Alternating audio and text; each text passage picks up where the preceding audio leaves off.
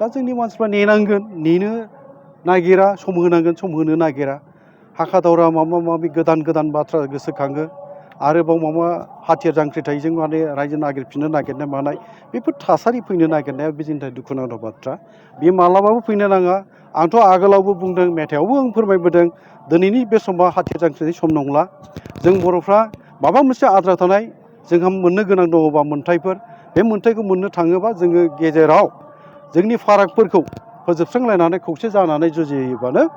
जोङो बेखौ मोनहैनायनि लामा दंथारो आरो हाथियार जांख्रिथायखौ जोङो गोनांथि होनानै सोमावसारफिननो जुदि सिगांनाय जायो बा जों सोमावसारफिनो बावहाय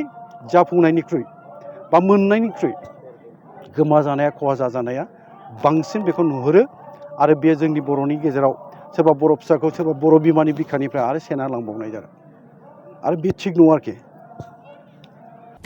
गोसो गुदुं गलादारफोरनि थाखाय मोनसे मोजां खौरां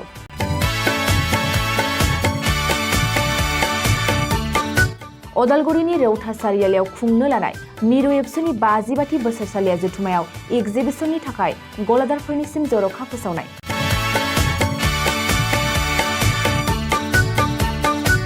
फैगौ 2023 मायथाइनि 26, 27, 28 आरो 29 जानुवारियाव खुंनो लानाय मिरु एबसुनि बोसोरसालिया जथुम्मायावनो बायदि रोखोमनि मुवा बेसादफोरखौ दिन्थिफुंगोन एगजिबिसन बे एगजिबिसनावनो आबादारि हेन्डलुम टेक्सटाइल फिचारि आरो हारिमु बायदि आयदाफोरखौ दिन्थिफुंनो थांखि लादों बानजाय आफादा बेनिखायनो गोसो गुदुं सुबुं एबा गलादारफोरा एगजिबिसनाव गला हाफैनो हागोन आरो गला होनायनि सोमोन्दै आबुं बाथ्राखौ मिथिनोब्ला नैबे मबाइल नम्बर 9365245137 आव थोंजों सुलाद लानो हागोन।